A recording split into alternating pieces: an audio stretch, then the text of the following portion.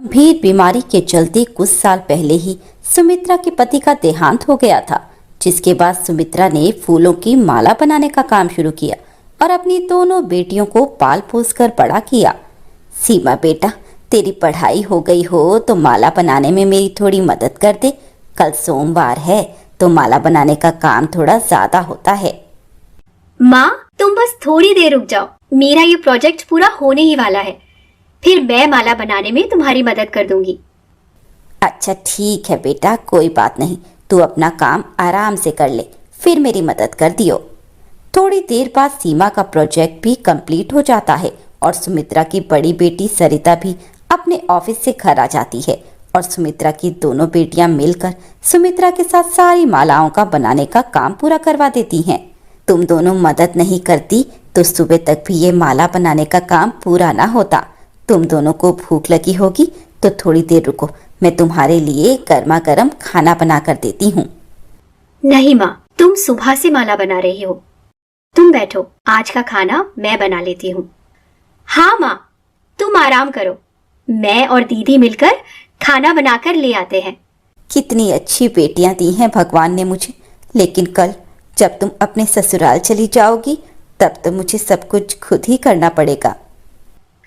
नहीं माँ, हम तुम्हें छोड़कर कहीं भी नहीं जाएंगे, मैं तुम्हें अपने साथ अपने ससुराल ले जाऊंगी। नहीं दीदी, माँ को तो मैं अपने साथ अपने ससुराल लेकर जाऊंगी। वैसे भी माँ तुमसे ज्यादा मुझसे प्यार करती हैं, तो वो मेरे साथ ही रहेंगी। ऐसे ही उन तीनों के बीच हंसी मजाक से प्यार बना रहता है और सीमा और सरिता मिलकर खाना बनाकर ले आती हैं और अपनी माँ को अपने हाथों से खाना खिलाती हैं। तभी एक दिन सुमित्रा की बड़ी बेटी सरिता उससे कहती है, माँ, मैं तुम्हें कुछ बताना चाहती हूँ। सुभाष मेरे ऑफिस में मैनेजर हैं। मैं और वो एक दूसरे को बहुत पसंद करते हैं और शादी करना चाहते हैं। अगर तुम्हारी मंजूरी हो तो मैं सुभाष के परिवार को तुमसे मिलने के लिए अपने घर बुला लूं। मेरी बेटी इतनी बड़ी हो गई, मुझे तो पता ही नहीं चला। बेटा, अगर तू उस लड़के से शादी करना चाहती है तो ठीक है, अगले हफ्ते उनको घर बुला ले, मैं भी उस लड़के से मिल लूंगी। अब अगले हफ्ते सुभाष और उसके घर वाले सरिता के घर आते हैं और दोनों परिवार वाले उनके रिश्ते को मंजूरी भी दे देते हैं और कुछ ही दिनों बाद सुभाष के साथ सरिता की शादी हो जाती है। सरिता शादी के अगले दिन पग फेरे की रस्म के लिए सुभाष के साथ अपने घर आती है। माँ, मैं तुम्हें और सीमा को अपने साथ ले जाने आई हूँ। अभी सीमा की पढ़ाई भी पूरी नहीं हुई है और तुम भी कब तक माला बनाने का काम करोगी? सुभाष के साथ साथ मैं भी काम करती हूँ, तो हम दोनों मिलकर सब संभाल लेंगे। सरिता की बात सुनकर सुभाष उसे बहाने से हाथ पकड़कर अंदर वाले कमरे में ले जाता है। यह सब क्या बकवास है सरिता? जब तुम्हारी माँ का अपना घर है तो वो हमारे घर में क्यों रहेंगी? और ऊपर से तुम अपनी बहन को भी मेरे घर में ही रखोगी? ये तुम क्या कह रहे हो सुभाष? ये सब तो मैंने तुम्हें शादी करने से पहले ही बताया था। और वैसे भी जब छोटी नौकरी करने लग जाएगी तो वो घर संभालने के लायक हो जाएगी। उसके बाद माँ और छोटी यहाँ आराम से रह लेंगे। बस 1 साल की ही तो बात है। मैं अपनी माँ और बहन को ऐसे अकेला नहीं छोड़ सकती। तो फिर तुम एक काम करो, जब तक तुम्हारी बहन की नौकरी नहीं लग जाती तब तक तुम यहीं रहो और इन दोनों को संभालो, उसके बाद मेरे घर आ जाना। उन दोनों के बीच चल रही इस बहस को सुमित्रा और सीमा सुन लेती हैं और जब सुभाष और सरिता बाहर आते हैं तो सुमित्रा उनसे कहती है, बेटा देखो, मैं जानती हूँ कि तुम दोनों हमें अपने साथ रखना चाहते हो, लेकिन हमारे यहाँ बेटी के ससुराल में रुकना पाप है, इसलिए हम तुम्हारे घर नहीं रह सकते। और रही बात खर्चे की, तो तुम उसकी चिंता मत करो, मैं और सीमा मिलकर सब कुछ संभाल लेंगे और अगले साल तो सीमा की नौकरी भी लग जाएगी, तो दिक्कत की कोई बात नहीं। बाकी तुम्हें जब भी हमारी याद आए तो हमसे मिलने चले आना। लेकिन माँ। अरे क्या सरिता, अब तुम माँ की बात भी टालोगी क्या? अगर माँ को यहीं रहना है तो तुम उसके साथ जबरदस्ती मत करो। अच्छा माँ जी, अब हम चलते हैं, वैसे भी बहुत देर हो गई है। अब वे दोनों वहां से चले जाते हैं। तभी सुमित्रा की छोटी बेटी सीमा उससे कहती है, माँ, शादी के बाद सब कुछ कितना बदल जाता है। मैं कभी भी ऐसे लड़के से शादी नहीं करूंगी जो तुम्हें मेरे साथ न रहने दे। मेरे लिए तुमसे ज्यादा जरूरी और कुछ भी नहीं। मेरी बच्ची, तू इतनी चिंता मत कर। अभी पहले तुझे अपनी पढ़ाई पूरी करनी है, तू उस पर ध्यान दे। माँ, अगले साल जब मेरी नौकरी लग जाएगी तो घर का सारा खर्चा मैं संभाल लूंगी। फिर तुम्हें ये माला बनाने की भी कोई जरूरत नहीं पड़ेगी। ऐसे ही 1 साल बीत जाता है और सीमा की ग्रेजुएशन भी अच्छे नंबर से कंप्लीट हो जाती है और उसके तुरंत बाद उसे एक अच्छी कंपनी में नौकरी भी मिल जाती है और उसे भी अपने ऑफिस के एक लड़के से प्यार हो जाता है और वो भी सरिता की तरह एक अमीर लड़के से शादी कर लेती है। चलो माँ, तुम अपना सामान पैक कर लो। मैं और अशोक तुम्हें अपने साथ ले जाने आए हैं। मैं इस तरह से तुम्हें यहाँ अकेला नहीं छोड़ सकती। अब सीमा अपनी माँ को अपने साथ अपने ससुराल ले जाती है और उसका ध्यान रखती है। लेकिन कुछ दिन बाद सीमा का पति और सास बार बार उसे अपनी माँ को उनके घर पर छोड़कर आने के लिए कहने लगते हैं।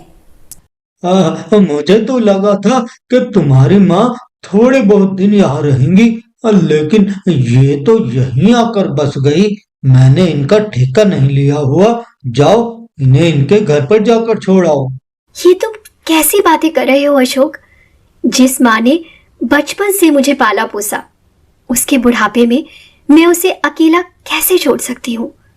मैं अपनी माँ को यहीं पर रखूंगी, चाहे तुम कुछ भी कहो। तुम मेरी बात जरा कान खोल कर सुनो।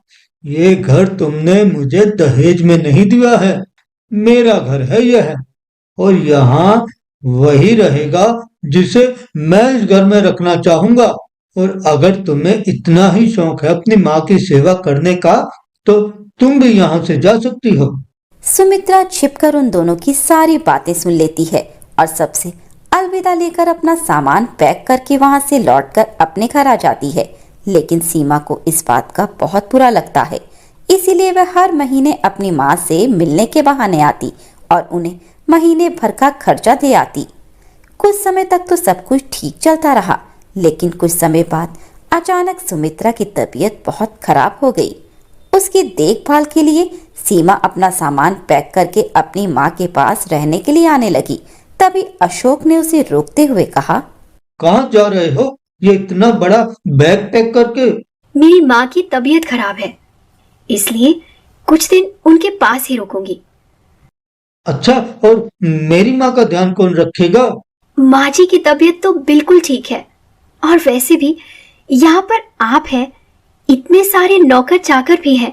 देखो, तुम्हें अपनी माँ के घर रुकने की कोई जरूरत नहीं है। उनसे मिलकर आना है तो मिल आओ। जाओ और शाम को घर आ जाना। क्या मतलब है आपका? यहाँ मेरी माँ बीमार है और मैं बस उनका हाल चाल पूछकर वापस आ जाऊं? उन्हें मेरी सेवा की जरूरत है। अब चाहे आप हाँ करो या ना करो, मैं अपनी माँ के पास ही रहूंगी। बहुत सुन ली मैंने आपकी बेफजूल की बातें। जैसे आपको अपनी माँ प्यारी है, वैसे ही मुझे भी अपनी माँ बहुत प्यारी है। मैं जा रही हूँ, और जब तक मेरी माँ ठीक नहीं हो जाती तब तक मैं वापस नहीं लौटूंगी। ये सब देखकर सीमा अपनी माँ के घर आ जाती है और डॉक्टर से चेकअप करवाकर अपनी माँ को समय पर दवाइयाँ देती है।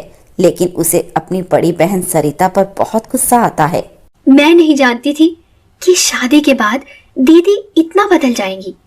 जब से उनकी शादी हुई है, उन्होंने तो हमारी ओर झांक कर भी नहीं देखा।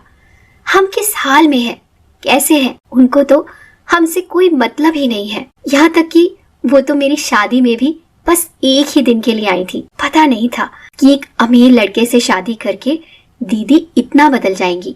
बेटा, मेरी सरिता ऐसी नहीं थी। जरूर कुछ न कुछ गड़बड़ है, वरना वे हमसे मिलने, हमारा हाल चाल पूछने जरूर आती। तू एक बार उसके ससुराल जाकर उससे मिला, मेरे भी कलेजे को थोड़ी ठंडक मिल जाएगी। अपनी माँ के कहने पर सीमा अपनी बड़ी बहन से मिलने उसके ससुराल जाती है। तभी वह देखती है कि सरिता का शरीर पहले से बहुत कमजोर हो गया है और उसकी आंखों के नीचे काले घेरे छा गए हैं। दीदी, आपको क्या हुआ? आप इतनी कमजोर कैसे हो गई? और आप कभी मुझसे या माँ से बात क्यों नहीं करती और ना ही कभी हमसे मिलने आती हो? सीमा, अच्छा हुआ तू आज मुझसे मिलने आ गई। ना तो आज मेरी सास घर पर है और सुभाष भी बिजनेस डील के लिए शहर से बाहर गए हैं। भगवान ने बहुत सही दिन पर तुझे मेरे पास भेजा है। ऐसी क्या बात है दीदी, बताइए।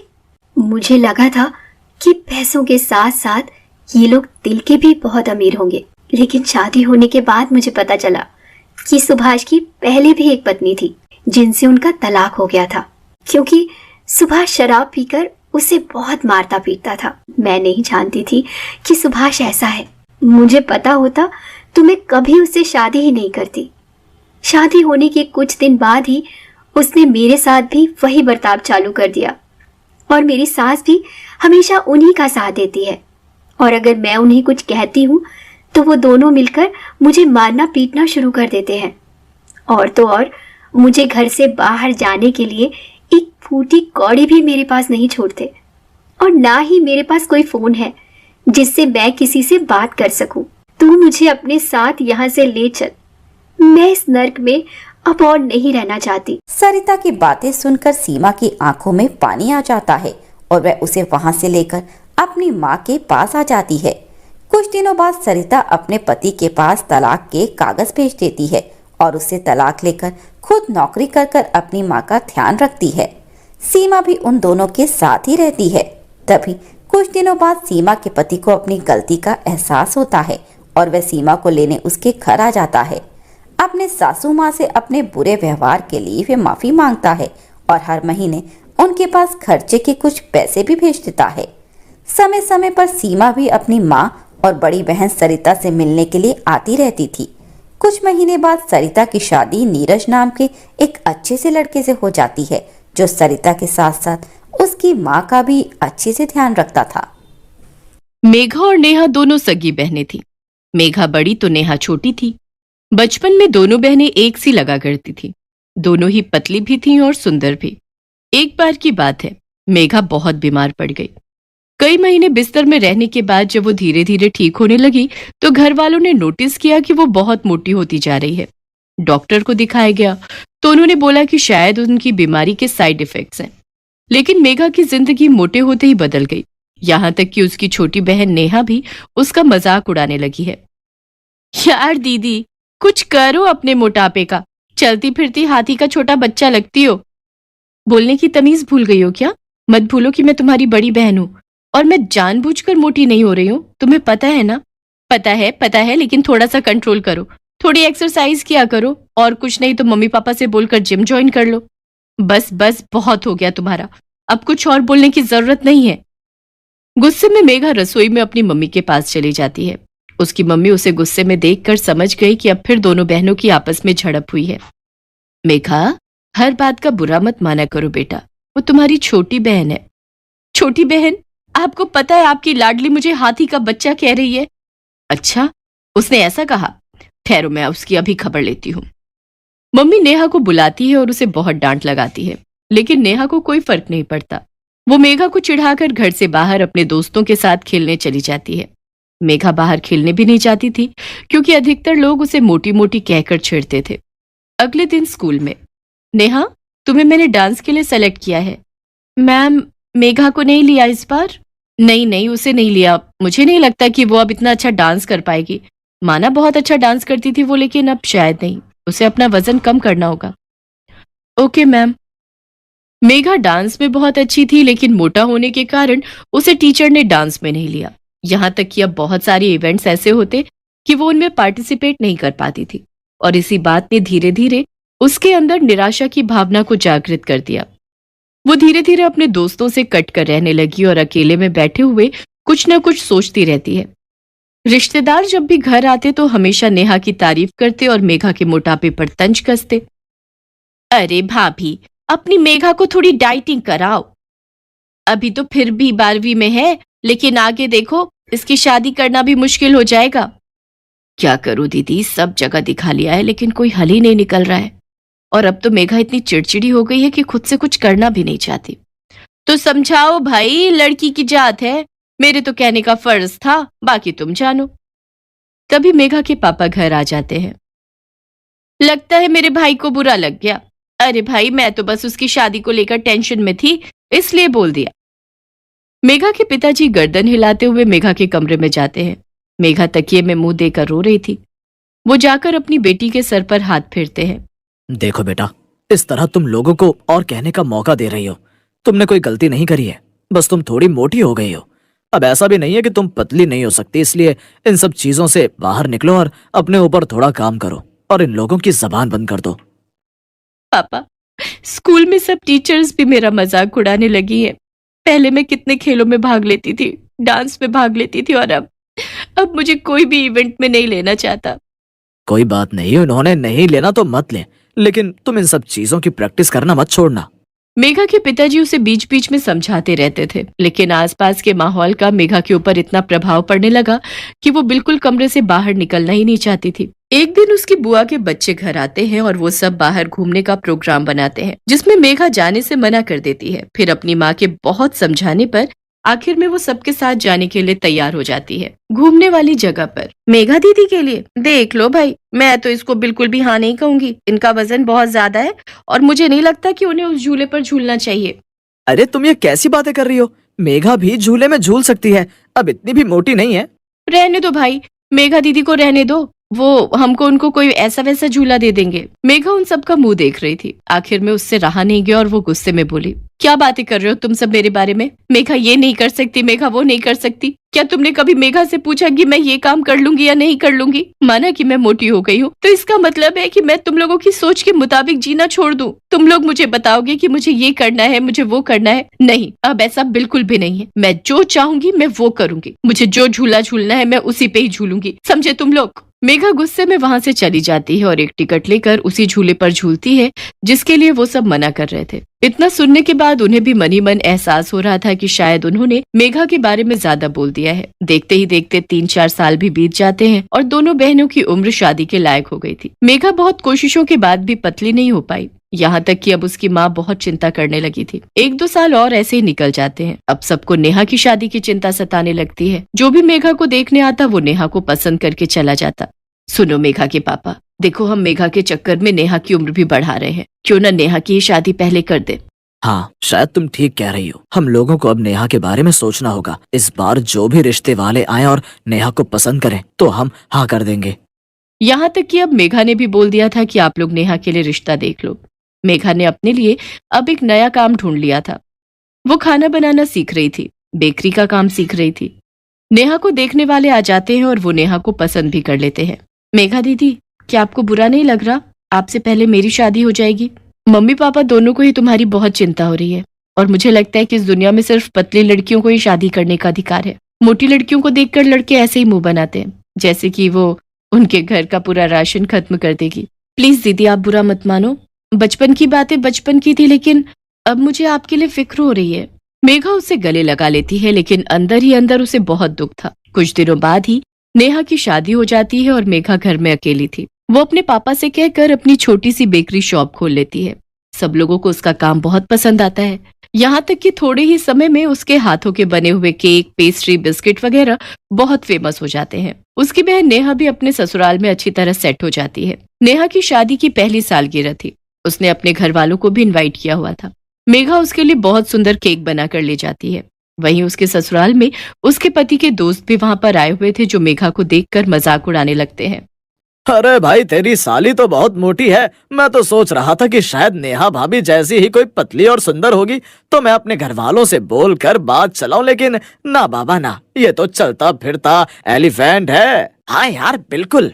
वहीं कोने में बैठा हुआ नेहा के पति की मौसी का लड़का सुमित उन सब की बातें सुनने के बाद मेघा की तरफ देखता है। मेघा बड़े ध्यान से अपने लाए हुए केक को सजा रही थी, सारी चीजें तरकीब से रख रही थी, यहाँ तक कि वहाँ पर आने जाने वाले लोगों से बड़े प्यार से मिलजुल रही थी। उसके चेहरे की मुस्कान बहुत ही प्यारी थी। मैं देख रहा हूँ तुम काफी देर से मेघा जी के बारे में पता नहीं क्या क्या अनाप शनाप बोल रहे हो। बड़ी हैरानी की बात है कि आज के जमाने में लड़के होकर तुम्हें तो उन्हें मोटिवेट करना चाहिए, उनके काम की प्रशंसा करनी चाहिए। क्या तुम लोग जानते हो जो तुम्हारी प्लेटों में पेस्ट्री और केक रखा है, जैसे खा खा कर तुम उंगलियां चाट रहे हो, चटकारे ले रहे हो, ये सब मेघा जी ने बनाया है। उनकी बेकरी आज कितनी फेमस है। क्या वाकई में ये सब कुछ इन्होंने बनाया है? फिर तो मानना पड़ेगा, सॉरी, हमसे गलती हो गई। सॉरी मुझसे नहीं, आपको मेघा जी से मांगनी चाहिए। मौसी के लड़के के मुंह से मेघा की इतनी तारीफ सुनने के बाद वहां पर खड़े हुए लड़के, जो अब तक मेघा के मोटापे को देखकर उसका मजाक उड़ा रहे थे, अचानक से ही उनकी आंखों में मेघा के लिए इज्जत आ गई और उन्हें अपनी कई बातों पर शर्मिंदगी हुई। तो सब लोग इकट्ठा होकर मेघा के पास गए और मेघा को सारी बात बताकर सॉरी कहने लगे। इट्स ओके, मुझे अब इन सब बातों की आदत हो गई है, लेकिन एक बात और है, आजकल लोग मुझे मेरे मोटापे से नहीं बल्कि मेरे काम से मुझे जज करते हैं। अब मुझे कोई मोटे होने का ताना नहीं देता। बिल्कुल, हम मान सकते हैं। आपके हाथ का बना हुआ केक वाकई लाजवाब है। मैंने आज तक ऐसा केक नहीं खाया। अब हम तो आपके केक के फैन हो गए हैं। मेघा सबको थैंक यू बोलती है। मौसी के लड़के को भी अच्छा लगता है। उसके बाद वो अपने घर वालों से मेघा के लिए बात करता है। वहां पार्टी में सब लोगों के मुंह से मेघा की तारीफ सुनकर उसकी माँ तो पहले से ही मेघा को अपनी बहू बनाने के सपने देख चुकी थी, लेकिन बेटे की रजामंदी जानकर वो और भी खुश हो जाती हैं और मेघा के घर रिश्ता लेकर चली जाती हैं। और फिर कुछ समय बाद मेघा की शादी सुमित के साथ हो जाती है और उसके बाद वो खुशी खुशी अपना जीवन बिताती है।